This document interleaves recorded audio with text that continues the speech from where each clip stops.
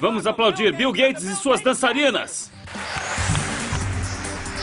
Ele começou como um adolescente tímido e obcecado por computadores e terminou como o homem mais rico do mundo. Ele nunca curtiu o estilo de vida dos ricos e famosos. Você sente que o dinheiro é quase um aborrecimento para ele.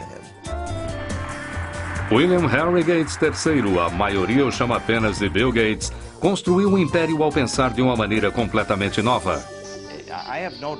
Eu não tenho dúvida de que em 100 anos as pessoas vão falar dele como falam do Rockefeller, do Carnegie e de Ford, como uma pessoa que transformou uma era. Agora, após liderar a revolução digital e enfrentar muitas batalhas de antitrust contra o governo, Bill Gates é um homem diferente do que era alguns anos atrás. Ele é um pai dedicado e um ávido jogador de golfe que por acaso tem uma fortuna de 100 bilhões de reais. Ele poderia se acomodar com a fama, mas este não é o estilo de Bill Gates. O que faz Gates ser tão competitivo é que ele se diverte com isso. Ele vê isso como um jogo emocionante, como aqueles que ele jogava quando era um garoto. Ele é querido e respeitado, odiado e insultado, mas o que nem seus inimigos nem seus fãs podem negar é o impacto que Bill Gates causou na nossa era. Os valores que fizeram de Bill Gates um dos titãs do mercado do século XX vêm de suas raízes do Noroeste. O bisavô de Bill Gates, J.W. Maxwell, fundou o First National Bank em Seattle. Os Maxwells faziam bom uso de seus privilégios e de sua posição social, mas nunca ostentaram sua riqueza. O seu filho Willard, que também era banqueiro, e a sua esposa Adele, apaixonada por jogos de cartas, estavam entre os maiores líderes civis de Seattle. A sua única filha, Mary, era uma garota cheia de vida e muito inteligente, que se tornou uma líder estudantil na Universidade de Washington.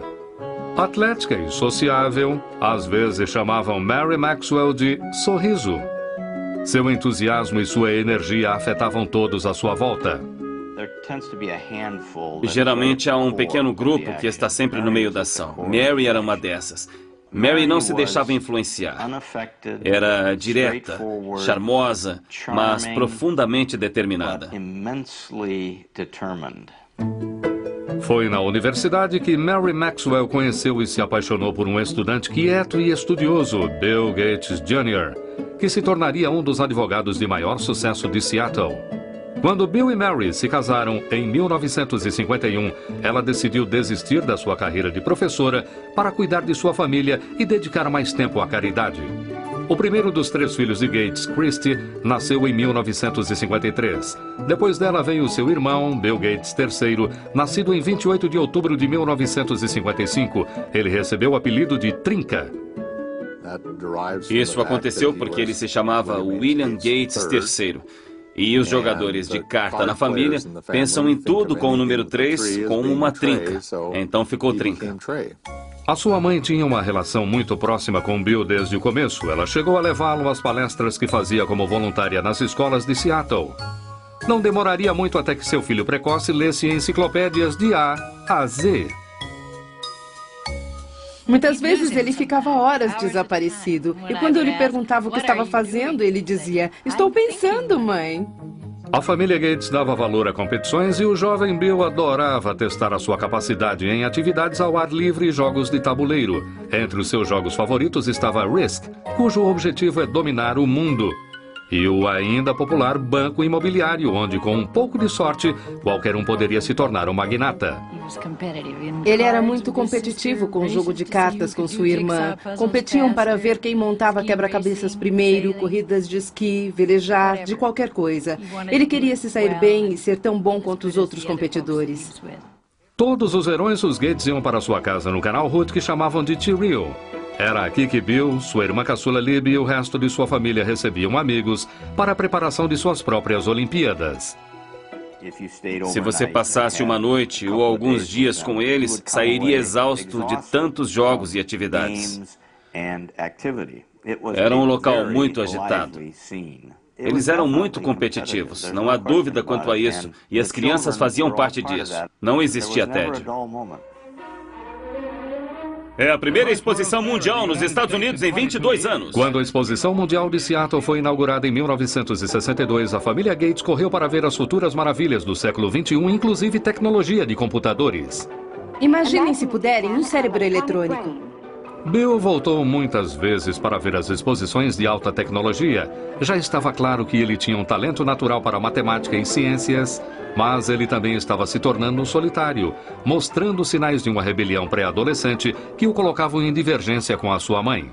Mary e eu crescemos em famílias severas. Nossos pais eram controladores e nós pensávamos assim. E esse modelo não funcionava com Bill ou Trinca, que por volta dos 11 ou 12 anos começou a ficar muito independente emocionalmente.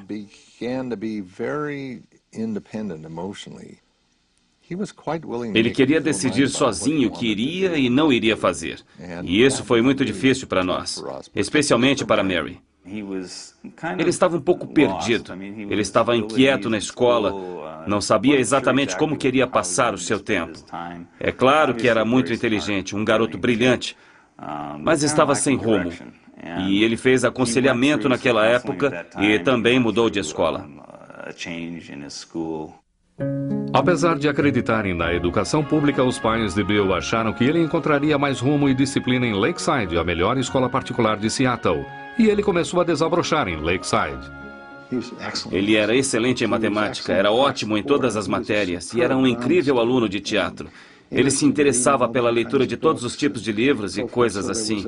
E ele não era apenas voltado à matemática e à ciência, ele tinha interesses bem vastos. Quando Bill começou o ensino médio em 1969, o programa espacial americano estava no seu auge. Apollo 11 havia levado o homem à Lua em julho. A águia pousou. Mas os computadores que tornaram isso possível ainda eram gigantes eletrônicos que custavam bilhões de dólares e exigiam um exército de pessoas para manuseá-los. A maioria das escolas da época não poderia comprar um computador, mas Lakeside havia feito um negócio incrível que seria decisivo para Bill Gates. Uma empresa de Seattle ofereceu o uso do seu computador através de um teletipo ligado à escola. O jovem Gates ficou fascinado pelas possibilidades daquela máquina primitiva e começou a passar todo o seu tempo livre na sala do computador. A história que contam, e que é verdade, é que ele acordava no meio da noite e saía para mexer no computador. E depois voltava, e não percebíamos que ele tinha saído. Bill Gates dividia essa obsessão com seu amigo de escola Paul Allen, que não poderia ser mais diferente de Gates. Ele não era apenas 2 anos mais velho, mas também muito maior. Enquanto Allen era quieto e meditativo por natureza, Bill podia ser estridente e confrontador. Apesar disso, essa dupla estranha estava destinada a fazer história. Enquanto estudava na prestigiosa escola Lakeside, Bill Gates conheceu Paul Allen, um veterano que dividia sua obsessão por computadores. Eles ficaram amigos escrevendo código de software juntos e também eram competitivos, Paul Allen e Bill Gates. Às vezes eles brigavam. Em uma ocasião, Paul Allen expulsou o Bill Gates, que era um pouco mais novo, do grupo que tinham para escrita de código de software. Mas depois percebeu que não conseguiria fazer sem ele e Gates disse, estou feliz por ter voltado, mas agora estou no comando. Em 1970, quando Bill tinha apenas 15 anos, ele e Paul Allen entraram no mercado juntos. Os dois garotos lucraram R$40 mil com o Traffic Data, um programa de computador que criaram para medir o volume de tráfego da cidade de Seattle. Apesar de Bill ter a vantagem do dinheiro de sua família, ele estava determinado desde o começo a fazer a sua própria fortuna. O pai de um dos amigos do Bill dizia que ele tinha um bom olfato para dinheiro. Mesmo quando era criança, ele sabia o valor de um contrato. Ele tinha até um contrato para usar a luva de beisebol de sua irmã mais velha, que estava assinado como um documento legal. No verão de 1972, aos 17 anos, Bill foi para Washington, D.C. para trabalhar como um mensageiro do Senado.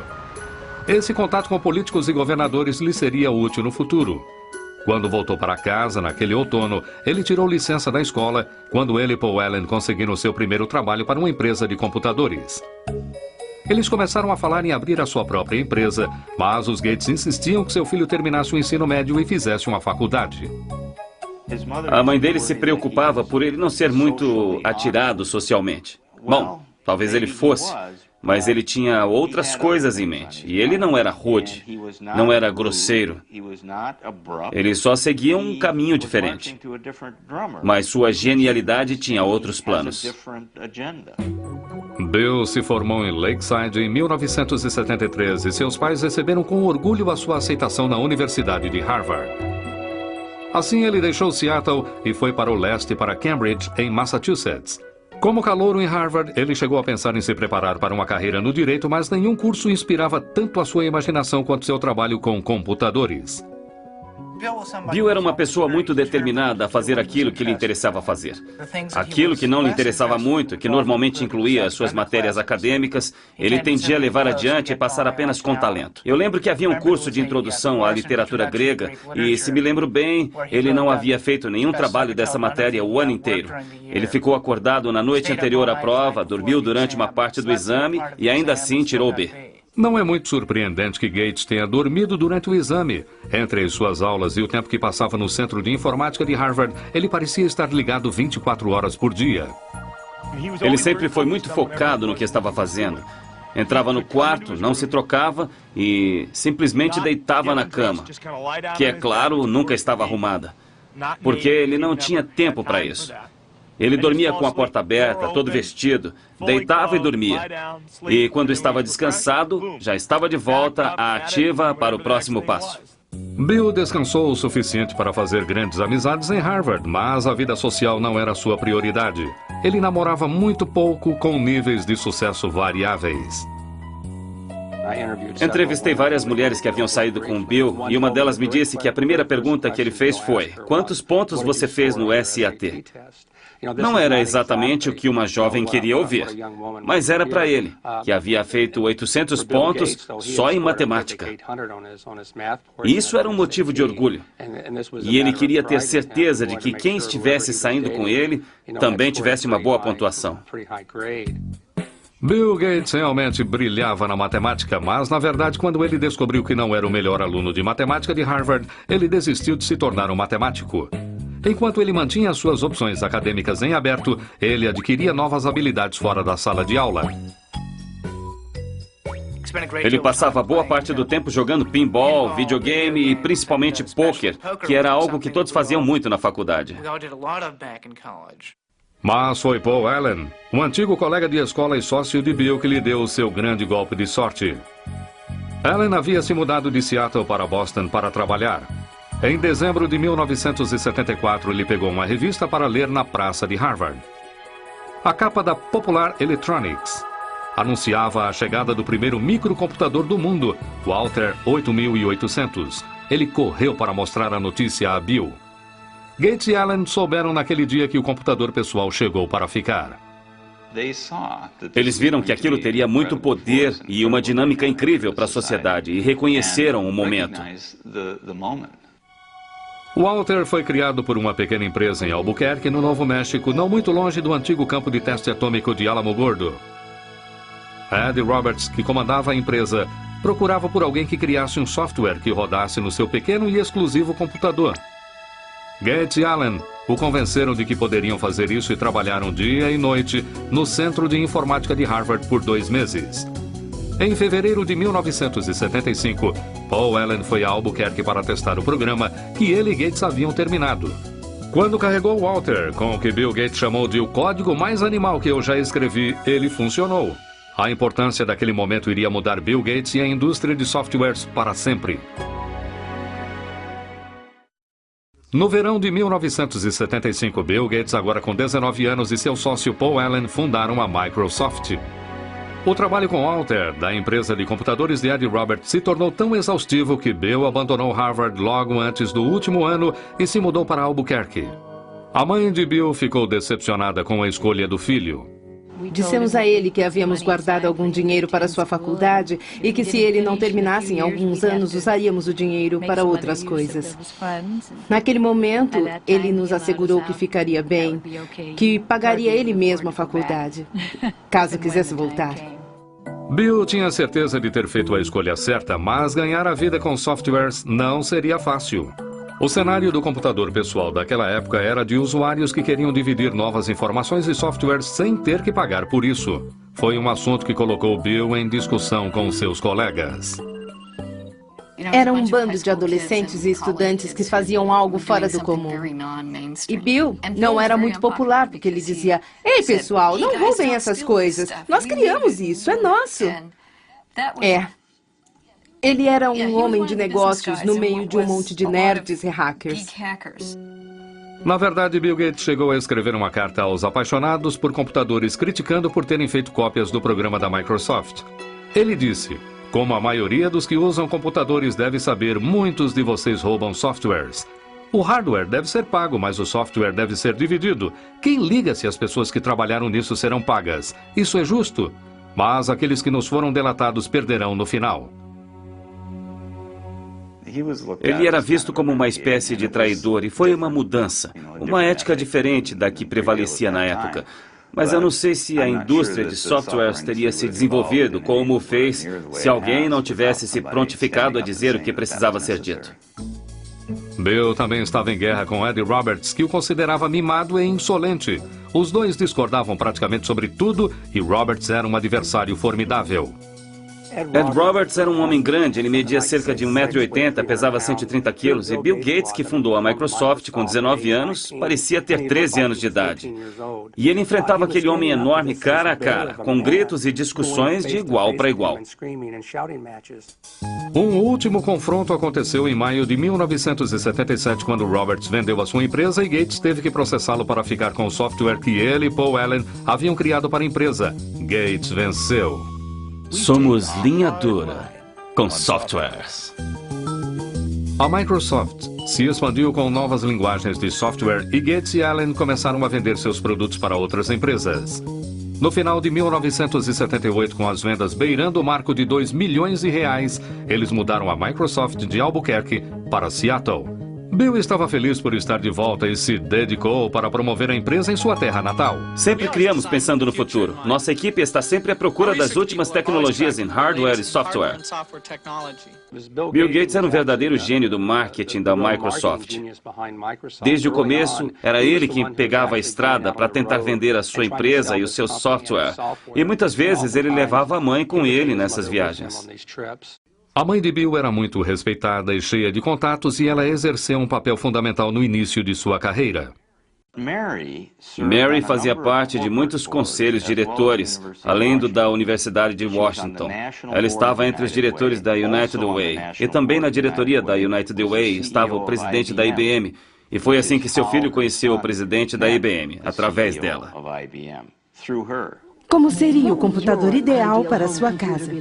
Em novembro de 1980, a IBM batia a porta da ainda inexperiente Microsoft.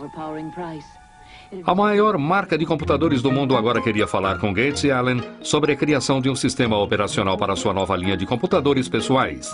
Desde o seu primeiro encontro, a IBM não percebeu com quem estava lidando. Ele parecia um adolescente. Era magrelo, tinha o cabelo arrumadinho, informal. E por isso as pessoas não o levavam a sério, como um homem de negócios. Mas a audaciosa IBM logo descobriu que Gates não era um amador.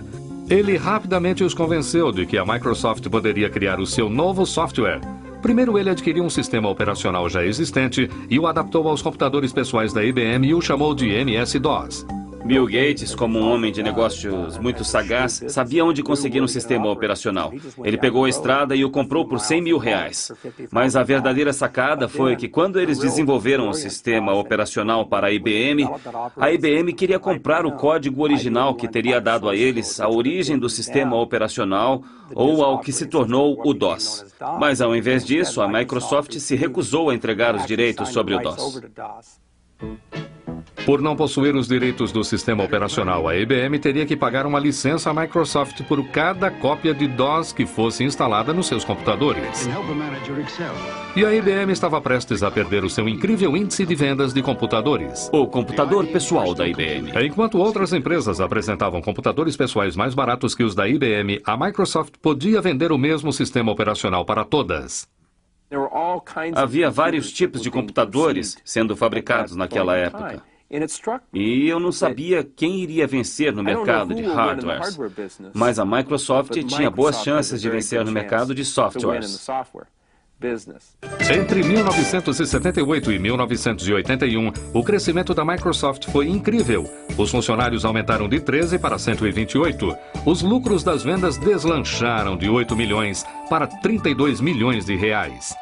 Em 1983, 30% de todos os computadores pessoais do mundo funcionavam com o software da Microsoft. Mesmo assim, Bill Gates nunca tirou seus olhos do orçamento. Ele nunca voava na primeira classe, a não ser que fosse extremamente necessário. Era comum vê-lo na classe econômica com um cobertor sobre a cabeça, tentando dormir. Os seus pais lhe ensinaram muito bem, desde o começo, o valor do dinheiro e do trabalho pesado. E isso refletiu mais tarde na sua vida. Não apenas na maneira como comandava a sua vida pessoal, mas a Microsoft. O meu nome é Bill Gates, eu sou presidente da Microsoft. O começo dos anos 80 foi uma época excitante para essa indústria comandada em geral por pessoas com menos de 30 anos. A Microsoft começou a criar softwares para empresas inovadoras, como a Apple e o seu guru Steve Jobs. O seu computador e software Macintosh foram considerados por muitos como os mais geniais da indústria e como um marco para o futuro. Para se criar um novo padrão, é preciso de algo muito inovador e que capte a imaginação das pessoas. E o Macintosh, de todas as máquinas que eu já vi, é o único que alcança esse padrão. Mas logo, Microsoft e Apple travariam uma batalha sobre os direitos da próxima geração de softwares. Bill Gates também estava prestes a receber notícias que abalariam a Microsoft em sua base.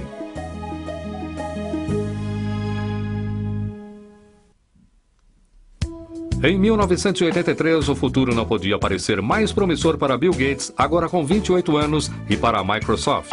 A indústria de computadores pessoais estava a mil e havia uma demanda crescente de softwares. Bill Gates e Paul Allen surgiram como os príncipes da era do computador pessoal. Mas no meio da incrível ascensão da sua empresa, eles foram surpreendidos por notícias terríveis. Paul Allen, amigo e sócio de Bill desde o colégio, fora diagnosticado com linfoma de Hodgkin, uma variação do câncer. Isso trouxe uma perspectiva muito diferente para o Bill. Ele sempre foi muito agitado e exigente, e isso o ajudou de certa forma a entender os sentimentos alheios. A doença de Allen regrediu um ano depois, mas ele nunca mais acompanharia totalmente o dia a dia da Microsoft. Para dois homens na faixa dos 30 anos, que haviam criado uma empresa mundialmente importante e faturado milhões, era o fim de uma era.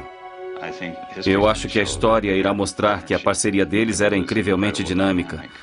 Eu costumo compará-la aos Beatles, Lennon e McCartney. As músicas que escreveram juntos são as mais marcantes e são tocadas até hoje. Eram ótimos compositores separadamente. Ainda ouvimos as músicas que cada um escreveu, mas eram melhores juntos do que se somar nos seus trabalhos. E Paul e Bill eram assim. Em 1984, Bill Gates se tornou o único rosto da Microsoft. Em abril daquele ano, ele foi apontado pela revista Time como o representante por excelência de um novo tipo de homens de negócios que entendiam tanto de tecnologia quanto de estratégias empresariais. Trabalhando com Bill, você percebe que em quase todas as reuniões e em todas as discussões, Bill sempre apresenta um perfil dos casos. Que tal isso, que tal aquilo? É como se ele fizesse uma relação de tudo o que ele acha que poderia acontecer de uma maneira muito estrutural e estudasse aquilo. Sistemas em modo de segurança muito avançados. A Microsoft era muitas vezes vista como um acampamento de matemáticos onde o estilo de gerenciamento de Gates mantinha o processo criativo funcionando e às vezes instigava sérios confrontos. O Gates mais jovem competia por tudo. Ele chamava qualquer coisa de a ideia mais idiota que já ouvi. E isso fazia parte de um teste para ver... Bom, se você discorda, me convença de que não é a ideia mais idiota do mundo. Desafiar ideias constantemente era necessário para estar no topo de uma indústria instável. Gates arrumou uma equipe que dividia a sua ética de trabalho rígido. Sempre que estávamos trabalhando no lançamento de um novo software, varávamos à noite. Há uma história sobre Bill e Miriam Lovo, a assistente dele. Ela era nova na empresa. Ela chegou numa manhã e não sabia se chamava a polícia porque tinha um cara dormindo embaixo de uma mesa. Mas na verdade era Bill. O esforço valeu a pena. A Microsoft atingiu os 280 milhões de reais em vendas em 1985. Em 1986, Gates lançou o Microsoft Windows. Este seria o programa mais conhecido da empresa. Os críticos logo notaram que o uso do mouse, além dos ícones, tinha mais do que uma leve semelhança ao sistema operacional do Macintosh da Apple, que era considerado de fácil uso. Se sabe usar o dedo, já sabe como usar. Macintosh, o computador para todos nós. A Apple dera a Gates acesso completo à sua tecnologia enquanto ele trabalhava no novo software da Macintosh. Gates havia avisado a Apple anteriormente para licenciar o seu software, mas a Apple estava mais interessada em vender computadores do que softwares, e a sugestão foi ignorada. Mais uma vez, Gates avistou uma possibilidade e a agarrou. Neste setor, nós competimos e colaboramos ao mesmo tempo. Bill conversou comigo uma vez. Ele disse, sabe que sou um competidor, então mesmo sendo seu amigo, não me dê nenhuma informação que não queira que use contra você, porque sou seu concorrente. E se você me disser algo que eu possa usar nessa competição, eu farei isso. A Apple decidiu que Gates não ficaria com parte do seu lucro e ameaçou processá-lo pelo Windows. Gates, em contrapartida, diz que ficaria com o software da Microsoft que a Apple precisava para instalar em seus computadores. No final, a Microsoft venceu a Apple no tribunal. Por fim, a Microsoft venceu ao mostrar que, apesar das similaridades operacionais dos dois computadores, cada função individual do Windows era extremamente diferente das funções individuais do Macintosh. Apesar de a primeira versão do Windows estar longe da perfeição, trouxe uma nova base financeira e criativa à Microsoft.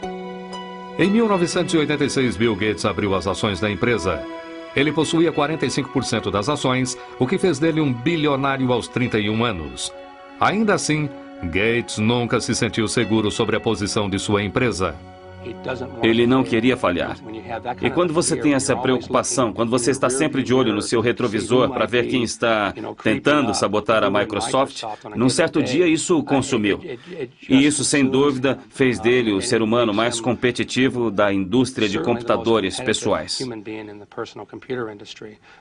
E ele é guiado por uma energia incandescente. Gates também ganhava a reputação de ser cruel e algumas forças poderosas começaram a se colocar contra ele. Agora que os PCs haviam decolado, a IBM havia decidido modificar o seu sistema operacional para substituir o DOS, que era licenciado à Microsoft. Ele foi chamado de OS/2.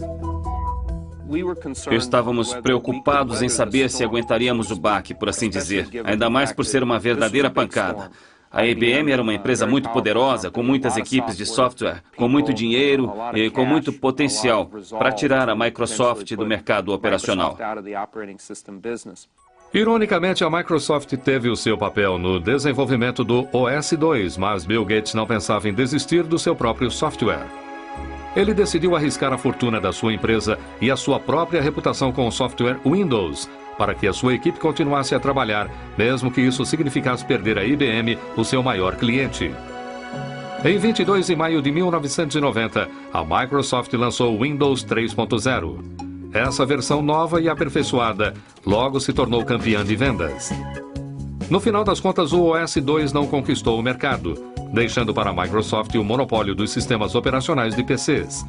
Agora, a Comissão de Comércio Federal começava a receber reclamações de que Gates estava usando seu domínio sobre os sistemas operacionais para acabar com a concorrência, diminuindo o preço dos produtos da Microsoft. Parecia que o presidente conciliatório da Microsoft estava ganhando uma imagem de predador. Bill Gates não é um homem bruto. Ele só precisa vencer. Podia até ser uma vitória feia. Não importa. É sempre uma vitória. Os preços predatórios não eram a única acusação atribuída à Microsoft. Em 1993, o Departamento de Justiça deu início a uma nova investigação. Gates teria de enfrentar um de seus maiores oponentes, o governo dos Estados Unidos. Em 1993, Bill Gates e a Microsoft estavam mais uma vez sob investigação pelo Departamento de Justiça americano. Eles avaliavam queixas de que a Microsoft estaria cobrando as licenças das marcas de computadores com base no número de computadores vendidos, incluindo aqueles que não utilizavam o software Windows. Eles fizeram com que os fabricantes de computadores pagassem pelo software da Microsoft, mesmo que não fossem instalados em seus computadores. E, como consequência disso, impediram a entrada de concorrentes no mercado. O Departamento de Justiça acusa a Microsoft, a maior empresa de softwares do mundo, de utilizar práticas ilegais de marketing de quebras de contratos. Em julho de 1994, a Microsoft concordou em cancelar as cobranças em questão e o Departamento de Justiça arquivou o caso. Gates nunca iria admitir que a Microsoft houvesse monopolizado o mercado, alegando que apenas fornecia softwares melhores por preços mais baixos. Não somos como crocodilos, não saímos por aí comendo coisas. Nós inventamos essas lindas caixinhas, esses belos pacotes de software que você instala no seu computador e ou você se diverte usando e isso te ajuda a fazer as coisas ou não. Mas não era tão simples assim para os investidores. As sondagens do governo e as brigas com a IBM e com a Apple fizeram com que o valor das ações da Microsoft caísse. Agora, havia mais pressão do que nunca para o lançamento da próxima versão do Windows.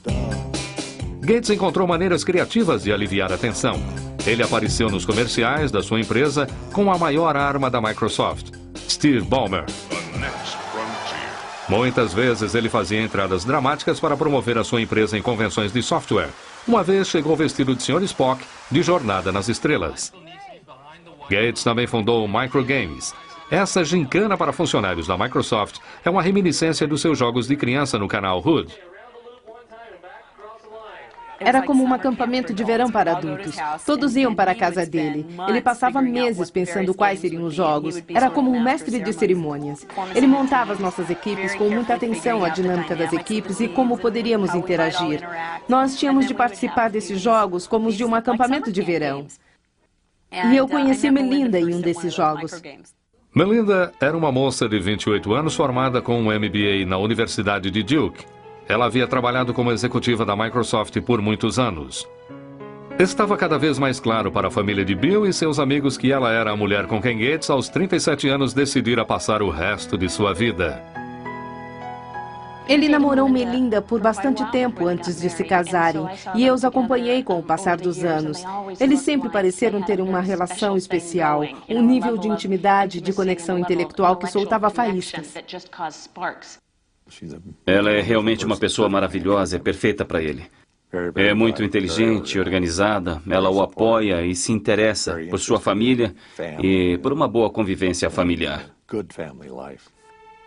Bill e Melinda se casaram em 1º de janeiro de 1994 no Havaí. Uma noite antes da cerimônia, Bill havia preparado uma serenata especial para Melinda. Ele fez Willie Nelson cantar na noite anterior ao seu casamento e foi uma grande surpresa. Bill se levantou e disse: "Eu amo Melinda e gostaria de cantar umas músicas para ela nesta noite, mas como eu não canto muito bem, pedi a um amigo que viesse cantar para nós." Em Melinda, Bill encontrou uma parceira que lhe dava o tipo de felicidade pela qual ele sempre procurou e alguém que entendia as demandas do seu trabalho.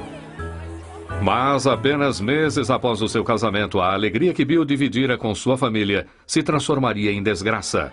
A sua mãe Mary, que havia sido a sua maior aliada, fora diagnosticada com câncer de mama. Ela morreu na manhã do dia 10 de junho de 1994. Bill correu para casa para ficar ao lado de sua mãe.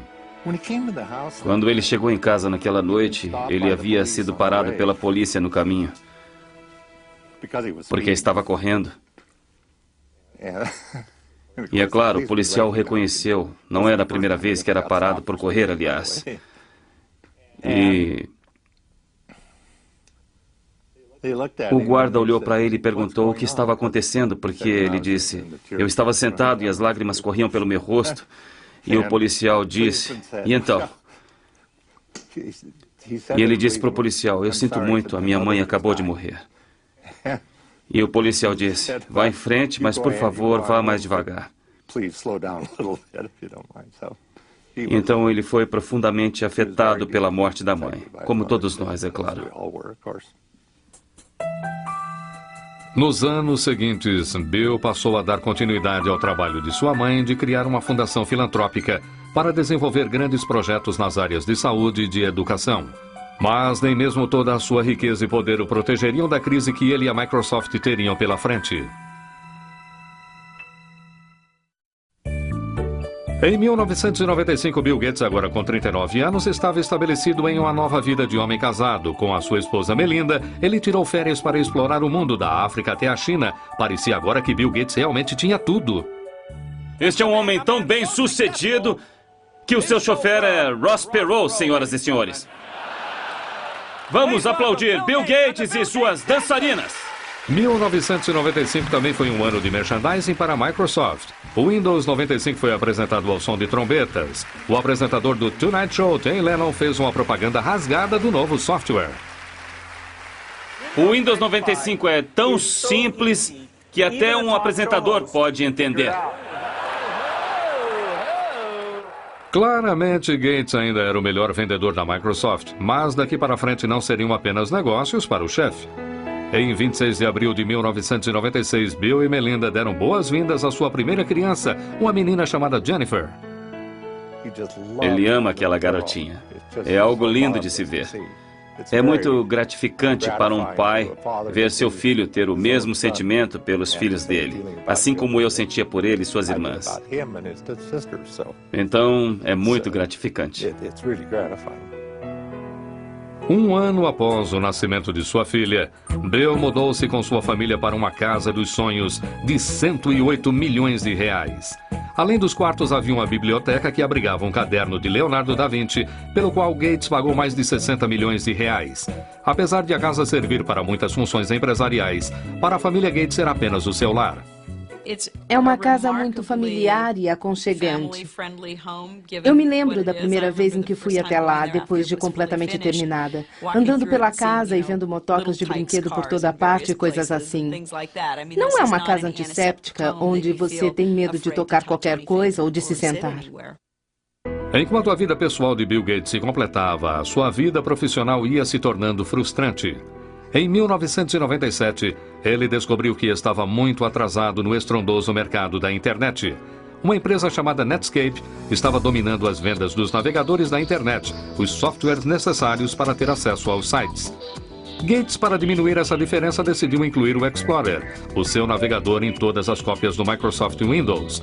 Muitos viram isso como uma jogada suja para eliminar o seu maior rival. Se a Microsoft optou por causar prejuízo à Netscape ou qualquer outro concorrente, então o consumidor não pode fazer uma escolha justa. E quando o consumidor não faz uma escolha justa, o mercado não funciona efetivamente. Em 1998, Gates foi chamado ao Senado, onde já havia trabalhado como mensageiro e sido acusado de gerenciar um monopólio ilegal. Eu espero que o meu testemunho ajude esta corte a solucionar este caso. Isso seria melhor para os consumidores e para a indústria. E é por isso que eu estou aqui. Obrigado. O Departamento de Justiça do presidente Bill Clinton, além de outros 19 estados, processaram a Microsoft por antitrust. Foi o maior processo dessa categoria que já existiu na história da indústria de computadores. A Microsoft tem o poder hoje de exercer um controle predatório e exclusivo sobre os meios que utilizamos para acessar a internet. Seria como a General Motors ter o poder de ditar que tipo de gasolina você deve colocar no seu carro, ou qual rodovia você deve usar, ou até como chegar a essa rodovia. Em 2000, um juiz federal decidiu que a empresa deveria se dividir em duas. Após mais de 2 décadas de sucesso irrefreável, este foi um grande abalo para Bill Gates. O julgamento de antitrust afetou Bill Gates profundamente. Ele ficou muito sensibilizado com as acusações de que ele seria petulante, de que era arrogante, de que não respondia todas as perguntas com honestidade e de que estaria tentando dificultar o trabalho dos promotores. O processo antitrust durou 4 anos e custou milhões de dólares à Microsoft por honorários legais. Por fim, em 2002, o Departamento de Justiça, sob o comando do presidente George Bush, ofereceu à Microsoft um acordo favorável. Seria um momento de fúria para os detratores da Microsoft e um momento triunfante para Bill Gates e sua empresa. Durante o processo por antitrust, Bill Gates surpreendeu a todos ao deixar o cargo de presidente da Microsoft e se dividir entre a presidência e o cargo de arquiteto-chefe de softwares. A vaga de presidente ficou para o seu velho amigo de Harvard, Steve Ballmer. Eles eram velhos amigos e Gates realmente só queria ser o homem das ideias. Ele queria dar um passo para trás. E foi isso que ele fez. E isso funciona muito bem hoje. Foi difícil para ele abandonar a sua cria, mas ele se acostumou. Na última década, Bill Gates esteve em uma missão: dividir a sua riqueza.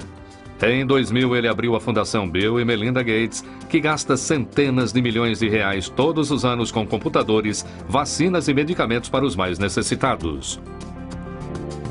Os mundos dos ricos e dos pobres são muito separados. A conscientização da crise da AIDS e das intervenções efetivas que podem ser tomadas é muito defasada.